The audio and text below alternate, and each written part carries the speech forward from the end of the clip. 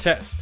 1, 2. When it comes to chasing down these prospects, we biff it as video producers. In that first conversation, we gotta be able to price ourselves lickety-split. If we don't do it, they're gonna run for the hills. Enough and keep it from the first and the flank. Get it started, get it. Everything that goes into the pre-production, customer service, scripting, location scouting, finding insurance for your gear that you're renting. There are so many different variables and they add up, and you need to be able to crank that number out like that. When it comes to production, you need to be able to decide very quickly, is this gonna be an in-state shoot or out of state? Because if it's out of state, you're gonna have per diem, hotels, rentals, the whole 9 yards, and you need to be able to give them a good ballpark figure. We will be doing this service starting at, are you accounting for meals? Are you accounting for locations? Are you accounting for how many days you'll be shooting? Or if there'll even be voiceover. When it comes to post-production, are you licensing through the music bed? Are you accounting for any other subscription services that are gonna go into your operating expenses, like Artlist or video blog, rotoscoping, green screening, other kinds of visual effects, basic text animations, for example? Is that even included? You need to understand these things right out the gate. Hi, my name is Jake. I know that with a good video that you guys can reach 150% more people, but I don't want to waste any of your time, so let me ask you a quick question.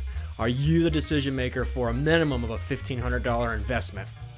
I have to attribute all of this training to Uncle G. He's the best. You have to check him out. Check out the link below or in the video here in the thumbnail, which would be in one of these corners. And that's where you can see the exact same training that I've been going through and I have been mentored by. It's on-demand sales training.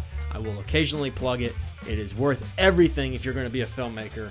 Invest in yourself and you will grow. Simple as that.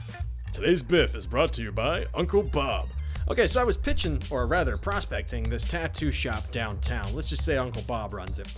I reached out to Uncle Bob for maybe the 12th or 13th time, and what I told Uncle Bob was that I'd be in the neighborhood Wednesday or even Friday, and that I'd love to stop by, spend 5 minutes with him, see how I could be of service. Uncle Bob responded by saying, we're not interested in pursuing your services, but we'll reach out to you if we should change our minds, okay? So I wrote back and said, excellent, Uncle Bob. That's perfect. You know what? At this point, I don't expect you to be interested because you don't know me and I don't know you just yet. But let me ask you a quick question because I don't want to waste your time. I want to know about those videos that you have on your Facebook and your Instagram. What do you love most about them? Thanks, Jake. Uncle Bob wrote back and said, leave us alone. Okay, so he didn't actually say leave us alone. But Uncle Bob made it pretty clear that he didn't want to be bothered. What do you do in this situation? I followed up with him. What do you do?